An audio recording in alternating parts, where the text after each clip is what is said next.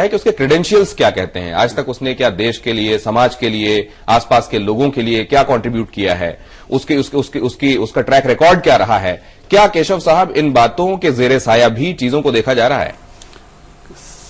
सहारा श्री और सहारा ग्रुप ने जिस तरीके से पूरे समाज को और जितना हम लोग एक जनरल पब्लिक के रूप में देखा है उन्होंने उनको, जिस तरीके से उन्होंने कॉमनवेल्थ गेम से लेकर के भुज में अर्थक्वेक से लेकर के कारगिल युद्ध से लेकर के जिसमें वीडो के लिए और सारी चीजों को जिस तरीके से वो अब हमेशा आगे बढ़ के गरीब बच्चों की शादी से गरीब बच्चों के पढ़ाई शिक्षा के लिए उन्होंने आगे इन चीजों को थोड़े मात्र भी सुप्रीम कोर्ट ने एक बार भी नहीं देखा इन चीजों को।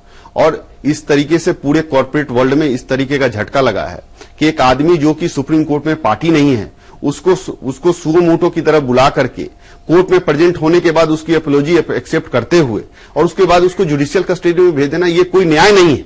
और हम लोगों के लिए भी एक ये बहुत बड़ी मिस्ट्री है कि अनहर्ड थी कि भाई किसी कॉर्पोरेट हेड को इस तरीके से जेल में विदाउट एनी रीजन, विदाउट, विकास सिंह साहब ने सही बताया कि उनके अगेंस्ट में कोई ना कोई रीजन है, कोई ना उनके ऊपर कोई चार्जेज है, उसके बाद उनको आज 16वां दिन होने जा रहा है, वो अभी तिहाड़ जेल में है। ये अपने आप एक मानवाधिकार का उल्लंघन है। चलिए, तो कोर्ट में, सुप्रीम कोर्ट में जो चल रहा है वो सबके सामने है। हमारी कोशिश, जैसा हमने कार्यक्रम की शुरुआत में भी जिक्र किया था, हम ये चाहते थे कि वो तथ्य आप लोगों के सामने आ सकें, आम लोगों के सामने, निवेशकों के सामने, जिसकी रोशनी में इस मामले को ज्यादा स्पष्ट तरीके से समझा जा सके।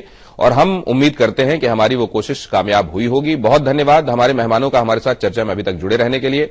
इस पेशकश में इतना ही। एक छोटे से ब्रेक के बाद खबरों का सिलसिला जारी है।